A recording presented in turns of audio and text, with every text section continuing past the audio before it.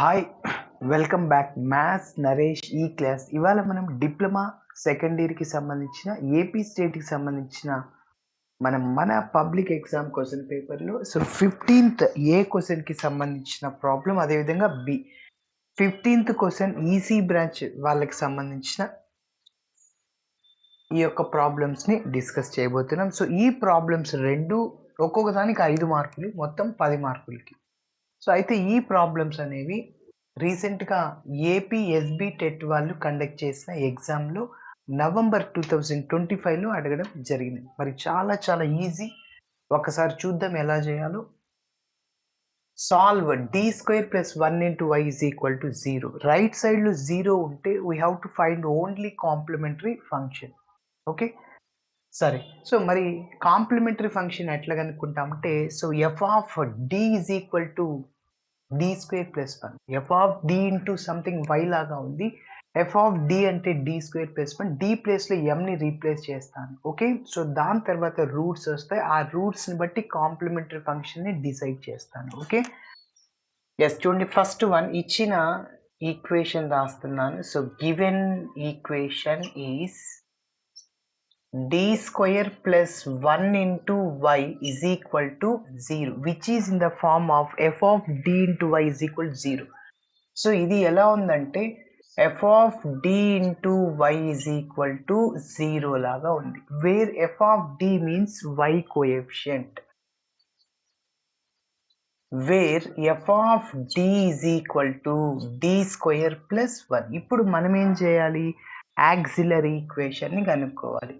The auxiliary equation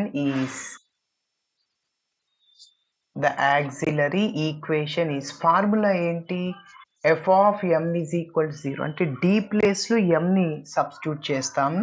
so that implies m square plus 1 is equal to 0. So m square is equal, ఆ plus 1 right సైడ్కి వెళ్తే minus అవుతుంది. మైనస్ని మనం complex నెంబర్లో i square రాసుకోవచ్చు, అవునా? So m square is equal to మైనస్ని i square రాయొచ్చు, ఇంటూ 1 ఉన్నా ఒకటి లేకున్నా. ఇప్పుడు m ఈజ్ ఈక్వల్ టు ఫైనల్గా ఏం మిగులుతుందంటే 0 ప్లస్ ఆర్ మైనస్. ఇక్కడ ఏం లేదంటే 0 ఉన్నట్లే. ఇప్పుడు రఫ్లో చూడండి, m square is equal to 2 square అంటే m is equal to 2. Powers same అయినప్పుడు బేసెస్ సేమ్ అవుతుంది, అంటే ఇక్కడ ప్లస్ ఆర్ మైనస్ వస్తుంది. ఓకేనా? Yes, m square is equal 4, m is equal √4 అంటే ప్లస్ ఆర్ మైనస్ 2నే కదా. ఎస్, కాబట్టి సో ఇలా ఉన్నప్పుడు so m is equal to alpha plus or minus I beta when the 2 roots. d యొక్క highest power 2 ఉంది అంటే 2 రూట్స్ వస్తాయి. So కాబట్టి ఇలా కాంప్లెక్స్ రూట్స్ వచ్చినప్పుడు కాంప్లిమెంటరీ ఫంక్షన్. ఇక్కడ మీరు గమనిస్తే ఆల్ఫా అంటే 0, బీటా అంటే 1, ఐ కోఎఫిషియెంట్. ఓకే, సో ఇలా కాంప్లెక్స్ రూట్స్ ఉన్నప్పుడు కాంప్లిమెంటరీ ఫంక్షన్కి ఫార్ములా చూడండి. So therefore complementary function,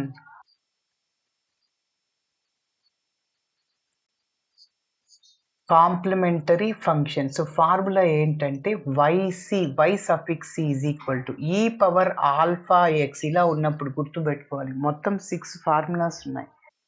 okay, so ఆ ఫార్ములాస్ నేర్చుకుంటే కాంప్లిమెంటరీ ఫంక్షన్ రాసేయచ్చు. So e power alpha x into c1 cos beta x plus c2 sine beta x. Okay, మన దగ్గర alpha బీటాలు ఉన్నాయి, సబ్స్టిట్యూట్ చేసేద్దాం. Y C is equal e power alpha అంటే ఏంటి సార్? ఇక్కడ 0 ఇంటూ ఎక్స్, సిన్స్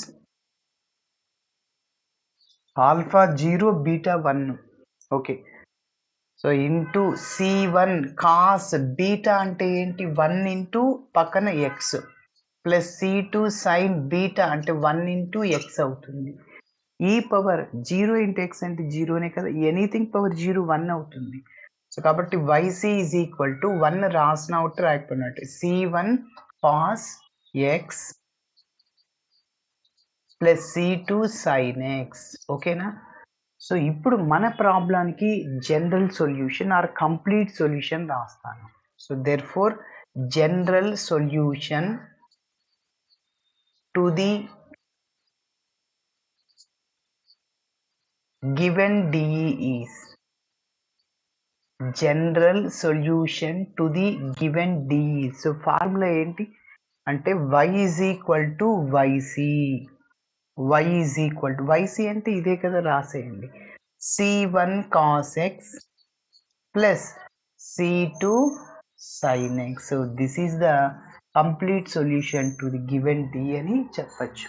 ఓకేనా? సో చూడండి ఎంత ఈజీనో. సో ఖచ్చితంగా మీరు 5 మార్కులు తెచ్చుకోవచ్చు. సో రెండవ ప్రాబ్లమ్ని కూడా ఇదే విధంగా చేస్తాం. సో డ్యామ్ షూర్గా ఈ మోడల్స్ నేర్చుకుంటే సో 10 మార్కులు వచ్చేస్తాయి. ఎస్, గివెన్ ఈక్వేషన్ సాల్వ్ అంటే అదే కదా, d² plus 8d plus 16 into y which is equal 0. Again ఎలా ఉంది, f of d into y is equal 0. ఇక్కడ dకి హైయెస్ట్ పవర్ 2 కాబట్టి వీ హ్యావ్ 2 రూట్స్. ఓకే, సరే.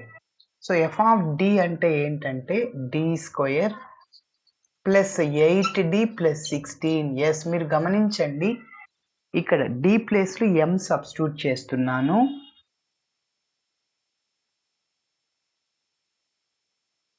d ప్లేస్లో m సబ్స్టిట్యూట్ చేస్తుంది. m² plus 8m plus 6. ఒక్కసారి మీరు గమనించండి, చివరి టర్మ్ 16 ఉంది. సో దాన్ని 4² రాసుకోవచ్చు. మిడిల్ టర్మ్ 2 మల్టిపుల్. సో 8ని 2 ఇంటూ 4 రాసుకోవచ్చు. 4 ఇంటూ 2 రాసుకోవచ్చు.